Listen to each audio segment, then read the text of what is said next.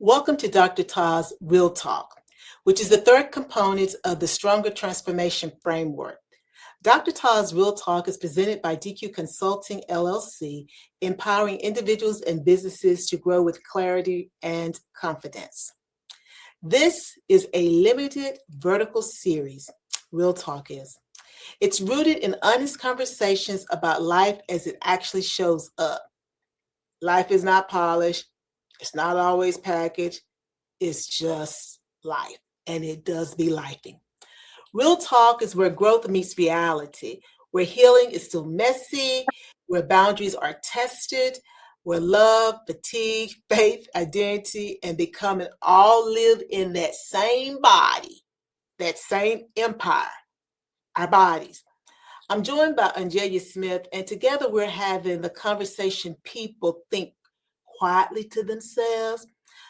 They probably feel sort of deeply. That's the reason we do it to ourselves, we're thinking.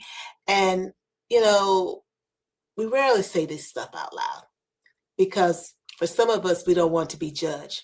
So wherever you're listening from, pull up a chair. The space is for truth, reflection, and real life. OnJerya,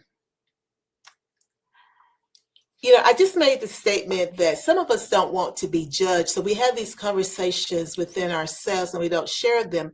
But I think sometimes it's not the fear of being judged. We think that we are alone. We're the only people, or we're the only person that's experiencing this uneasiness or feeling some kind of way, as I'll say sometimes. And so therefore we don't share it or seek assistance because we think there's something wrong with us. But many people are still encountering this uneasiness every day. They may be spiritual, but they're no longer quiet about what has harmed them or what they're feeling. So my question is, why is silence often encouraged in environments that really harmony, that they say they value love, they say they value supporting others, but they also value tradition.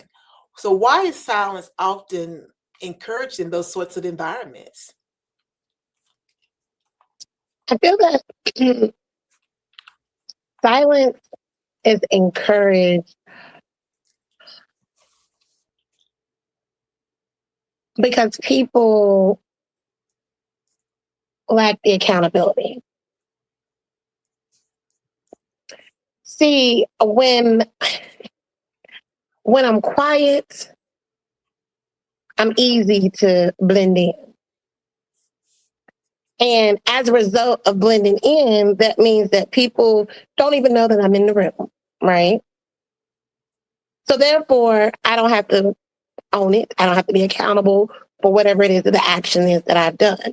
And as you started off with your statement prior to asking that question about, why do people not want to be judged? Again, the accountability is big part of it. It's like when you say the word accountability, people just freeze up. Because it's like, why should I be held accountable? Mm-hmm. But why should you be silent?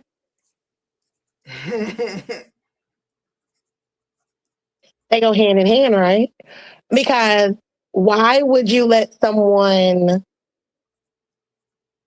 quiet your voice when you have the opportunity to speak up? You have an opportunity to share your story, share your testimony, share your experiences.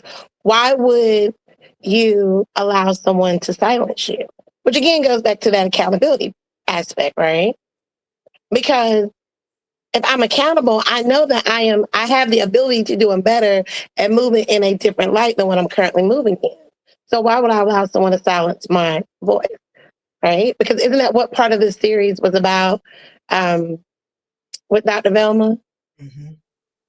Reclaiming your voice. Reclaiming because I believe that you've lost, I believe, from my own experiences that I had lost my voice. But I also said you can't reclaim it until you can find it. Right.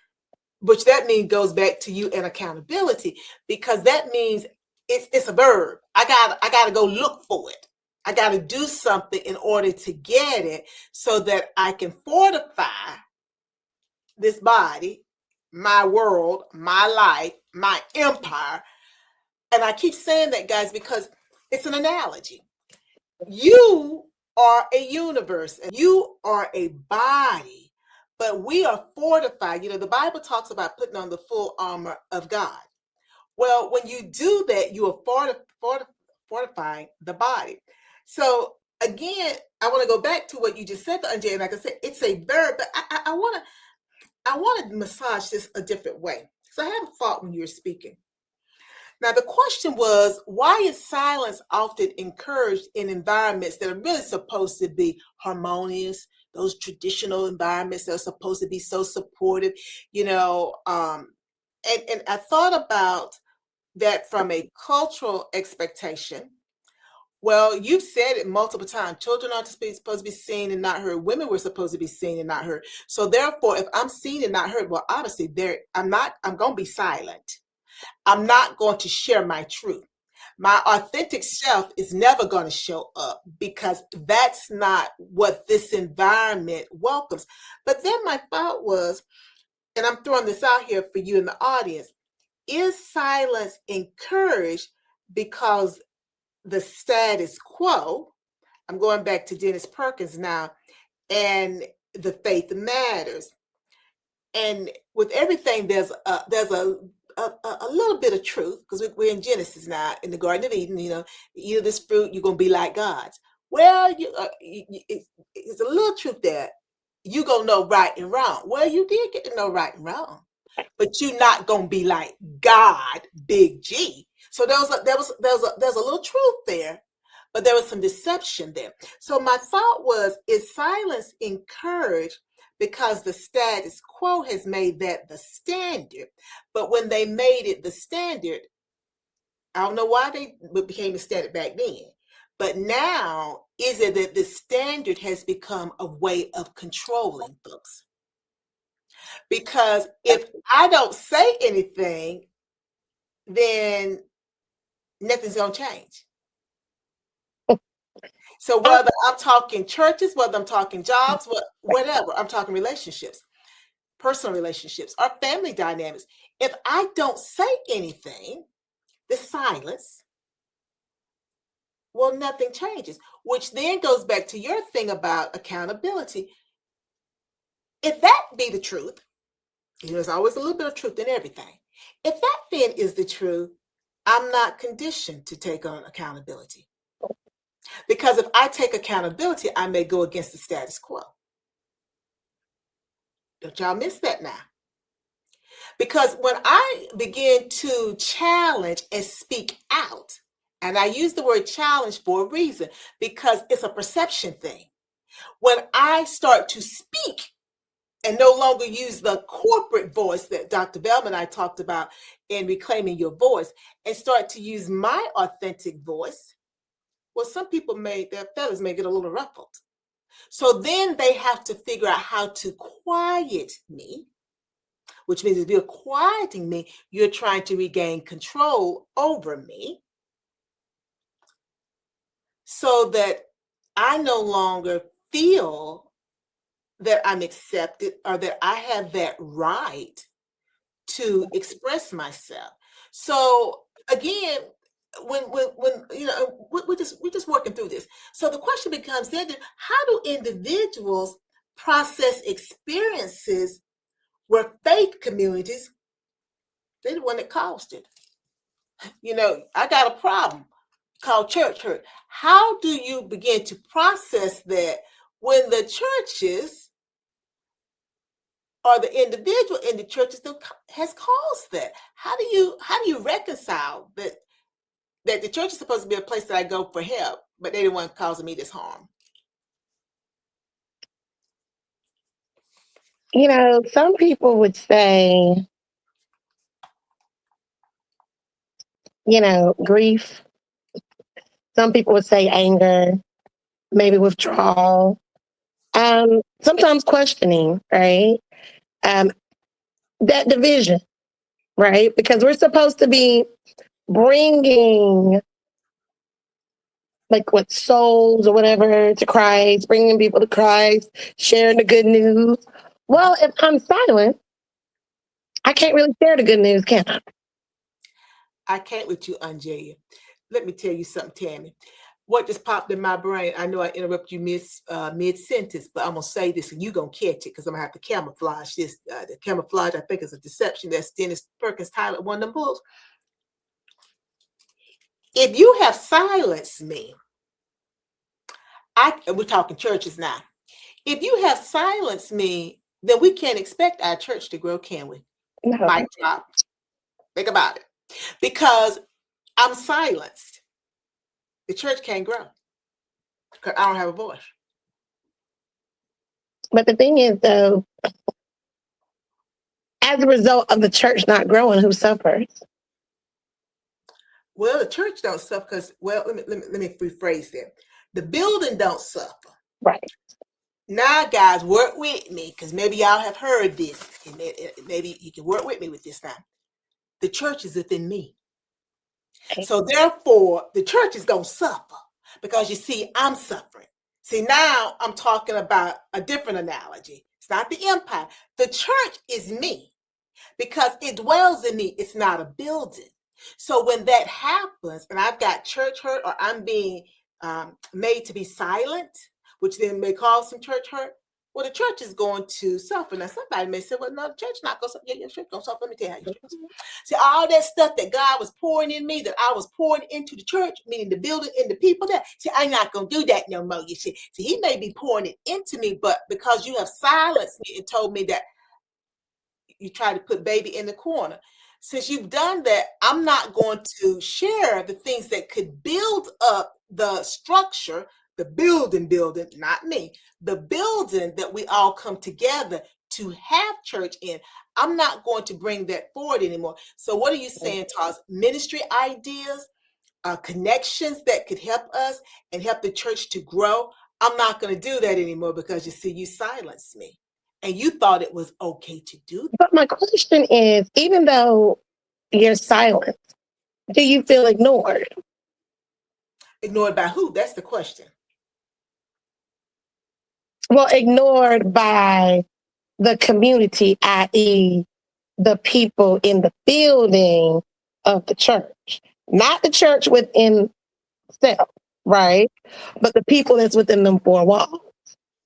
Do you feel ignored? Is that what you said? Yeah, like, so when you're silent, right, when your church hurt, and I think we actually need to, like, define, like, what is church hurt, right? And yeah. What is church hurt? And again, that's going to vary. Right, that's definitely going to vary.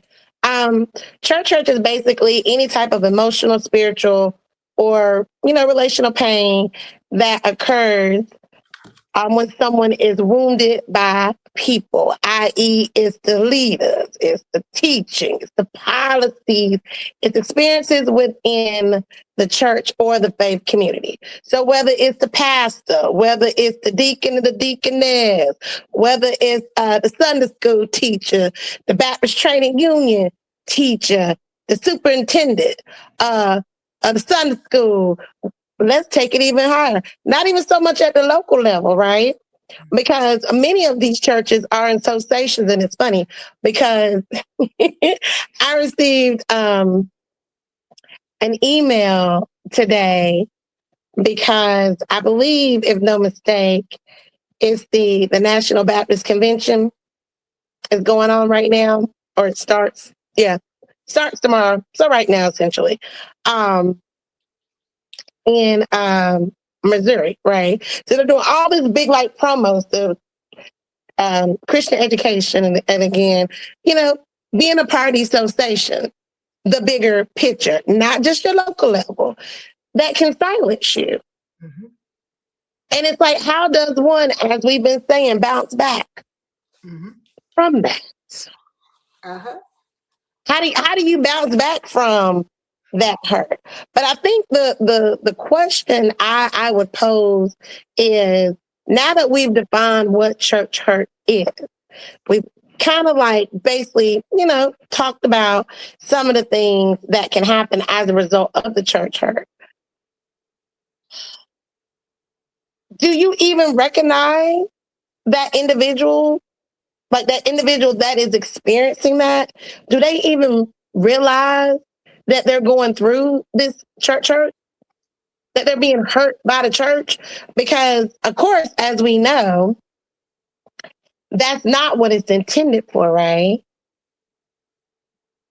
I think sometimes, OnJerya, and I think that's a very good question that you've asked, because I think sometimes because we get so wrapped up in this world that has been created, this orchestrated world that we live in, and that has all these different corporate voices, I think that for some people, they don't even realize what's happening. And because they want to honor spirituality, they're willing to suppress their personal truth. Yeah. So they don't even remember. You already talked about, in a prior episode about being the difference between being overwhelmed. No, yeah, I think overwhelmed is when it relates to relationship and decision making. Your mind is cloudy, so you can't even see what's in front of you. So is when you've been hurt that way, and you're trying to mend, it's easy to look at it from the upside down perspective, because that's more palatable, that's more accepting to you, because it's hard to believe, it's hard to accept that the people in the church don't mean you no good, that they really meant that, they meant to hurt you. But then the question is, with that, let me see if I'm gonna get it right. Is it, and I feel like you had this conversation with Karan. Mhm. Keep pedaling, keep pedaling. Is it happening? I did. Am I right? Is it happening to you? Or is it happening, what is it, for you? Mm-hmm. But you see, OnJerya, and you're right to bring that up. Karan Joseph Riley, we had one of our interviews. He brought that up as we were talking. We were beginning to unpack his book, Keep Pedaling. And Karan indicated that sometimes life is happening for us, but we think it's happening to us. And the thing that I want to kind of weave this, OnJerya, because you bring a good point. When the standard has been, because remember, there's a little bit of truth. Dennis Perkins' Faith Matters. When the lie becomes the standard, when the corporate voice has been placed on us, I know we're talking church now, and that's fine, but it's the same process no matter what it is. It'll be your personal relationship, the person lives beside you every night. When that corporate voice has been placed on us and we have adopted it, when you start looking at this hurt that I'm experiencing through my spirituality, I want to keep my faith, and I want to be connected. And lots of times we still believe that true connection has to be in a building. So then it's like, as you said, because I got to suppress my personal truth in order to be accepted there. Is this happening to me or happening for me? Now, if we go back to the accountability lens, and I have no glasses near me, if we go back to the accountability lens, it's happening for you, is what Karan would probably say. Because when you begin to understand this is happening to shake you out of this funk that you in, right? But that you done got comfortable in, and you don't know that you's in a pit with snakes, and it's trying to shake you awake so you can get up out of there. Yeah. It's happening for you to save you. But you see, because I've not ever been allowed to take accountability, because accountability means that I have rights. Yeah. I have rights. And when we accept a standard, now work with me out. When the standard in this family is that it's okay for people to be molested. That's not a standard in the family, because you see, it started out as somebody did wrong. Then we covered it up. Then it got visited on the next generation. And then with the next generation, then we start calling them generational curses. Well, it's really the standard in that family. I'm sorry. Because you see, we're not challenging that standard. Then you get this nice person that comes along and say, wait a minute, now, that ain't right. That ain't right. We got to do something about this. It's like, okay, what do you mean? Who is this person saying that this ain't right? Because now they're challenging the status quo. They're challenging the standard. Who are they to challenge what we have sanctioned by our behavior? Whether you speak or you don't speak, your lack of speaking is sanctioning what has happened. Because now we've all taken on that corporate voice, and that corporate voice is a crack that we not see no evil, speak no evil. Yeah, it didn't happen. You made that up. I want to hear that. Don't bring that to me no more. Well, you see, now we're reinforcing that. And the person loses their voice. They lose their identity, which makes them very vulnerable. If it's a female, let's just work with a female. It makes them very vulnerable to men. And I'm not saying the female even had to have been sexually abused. It just makes them very vulnerable because they've received mixed messages in the home, in the family environment. Now let's go back to church. If I'm receiving all of that in church too, I don't know which way is up. Which way did it go? Which way did it go? I don't know. But I have to make a decision. Do I want to be received? And how much am I willing to be deceived in order to be received? But again, great question. I want to say this segment is brought to you by Irene Baxberg. After a life-changing accident left her in chronic pain, Irene refused to give up. Today, she inspires others by sharing her journey to hope and healing. Follow Irene Baxberg on Instagram. Find her at health_VAKSBERG, Baxberg. Now, OnJerya, I want to jump to this.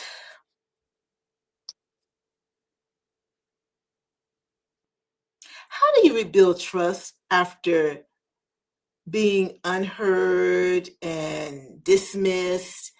How do we begin to build back that trust?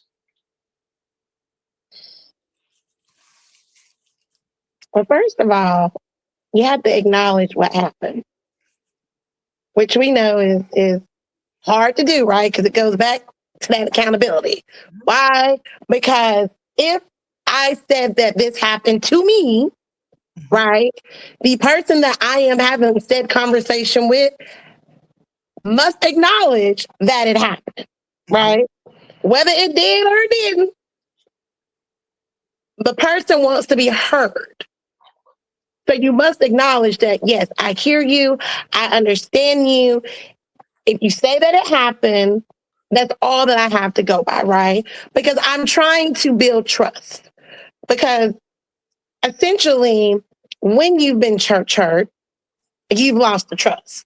You've lost your faith in the people, the physical people. Physical people. The physical people. Not the church within self. The people that's sitting in them four walls. So you have to acknowledge the hurt or acknowledge what happened. Then you have to allow yourself to grieve. Meaning that it happened, but I have to process that it happened and what happened. And just because you're grieving, it doesn't mean that you're weak. It's a part of the healing process, right? Like, and everybody grieves differently. You're going to have some people that every time you talk to them, they're angry. You say good morning. What you think I did? And you're like, I just said good morning. I ain't talking to you no more. Some people will grieve and become a little, promiscuous. They get a little addiction going. Because again, there is a void that they are trying to fill. But they're ultimately grieving because there is a loss and they feel like no one was there to protect me. And then you have to get to the stage of forgiveness, right? Understanding that there's a difference between me forgiving you and then me trusting you. Mm-hmm. Because I can forgive you all day long. But if I don't trust you, then it's a moot point. And so as a result of that, when I forgive you, I have to release that hurt. I have to be willing to release that pain and understand that this is what transpired. It happened. I'm grieving it, and it's okay. Now, with the trust, understanding that the trust is earned. Because if you say that you have my back, or that you believed in me, or that you're going to protect me, or you're going to stand by my man, or stand by the church, or stand by whoever, I have to see it in your actions, in your behavior. Not just you talking, because we good at doing that lip service. But I need to see it in action in order for me to be able to trust you again. And then you have to be consistent and understand that people are not perfect. We all fall short. That was one of the Bible verses, and Lord, I don't want to misquote it because it's been so long. When I went to Tabernacle, it was a private Christian school, and I think it's Romans 3:23. We've all have sinned and come short of the glory of God. I think it's Romans 3:23. Just understanding that people are trying. They're trying. They're not going to be perfect. And are they taking the responsibility for what has transpired? Is the behavior changing? Are they being transparent? Are they establishing boundaries? Are they honoring that commitment? Are they providing that safe space for me in order to build that trust? Because if they are, and I am at a place of acceptance, then I'm going to be A-okay. But most importantly, even all of that I've said, you must give yourself permission to heal. And I think that's very important, OnJerya. And I like the fact that you talked about forgiving is one thing. That's releasing the pain, the hurt. But that doesn't mean that you have my trust back. And I think that I thought about that love bombing again. You love bomb me, and then you do something that you may put your hand on me. You might talk negatively to me. But then you expect me to just smile it off. It don't work that way. Now, maybe it worked that way in the movies, and maybe it has worked that way with some other people that you know. It don't work that way. And so my thing is, as we move from that idea of, how do you regain trust? The next thing I thought about, well, when is it necessary, though, to create new spaces for growth and safety? Because, again, sometimes it's just not going to be. You just can't keep. You have dug your hole, and you have fallen into it. And unlike Joseph, his brothers put him in the hole or whatever, the people not coming by to go take you on down to Egypt. You in the hole. So sometimes that's it. So when is it necessary to create new spaces for your growth and your safety? Because we're talking about that person. And we got to have real talk about me. When is it time to go and move on? Find another place to squat. If they didn't do steps A through G, well, it's time to go there. That's it. How many times I'm supposed to let them tell me they love me, they gonna do it? Or they got a plan or whatever? I mean, really, it should just be once, but let's be real, we human. Yeah, we human. We human. We out here in the flesh. Mm-hmm. And we gullible. We birds. We birds. We birds. We out here picking up, falling for any and everything. But it really should just be that one and done. Because what they say, fool me once, Shame on you. Fool me twice. Shame on me. Did I get that right? I think you got it right. Yeah. So if, and I'm not saying that, you can't do the 3 strikes you're out, or I'm not saying that. Because again, it's going to be subject to the circumstance. Because some situations are more severe than others. Okay. But the bottom line is, if me personally, don't see that someone is putting in the work, they're not making an effort, then it's time for me to grab my little red wagon and I'm going to pull it this way while you grab your little red wagon and you can pull it that way. And we can cut ties. It doesn't mean that, I love you any less. It's just that, unfortunately, our journey has ended at this station, and I wish you the best on all your future endeavors. Absolutely. And, OnJerya, this has been such an enlightening and enriching conversation, knowing when to pull up stakes and move to another reservation is so important. And it really helps us to understand the importance of boundaries. You can't let people just continually push through the line and keep doing things repeatedly. And somebody may say, well, Dr. Smith or Dr. Thomas, they didn't, this is the first time they did that, but there's a pattern here. Don't forget the pattern. The pattern. They may do it different. It may show up different ways. It's still a pattern. It's the behavior, and you cannot afford to overlook that behavior consistently, because what's going to happen is you're going to be the one that's hurt, not them. They're going to be fine. You're going to be the one who's compromised. So we have to begin to know that it's okay to proactively set boundaries that protect you. Because real talk is about you. It's not about them. But we tend to want to focus on them instead of focusing on us. And that's a conversation for another day. Thank you for sitting in this conversation with us. Real talk is not about having it all figured out. It's about telling the truth about where you are and giving yourself permission to grow from there. As you move through the rest of your day, we invite you to sit with this question. What did this conversation name for you that you have been carrying quietly? You don't have to resolve it today. Awareness is part of the work. This conversation is part of a 4-episode limited series. Each episode stands on its own, but together they explore boundaries, burnout, healing, and becoming in real life. And you know the drill.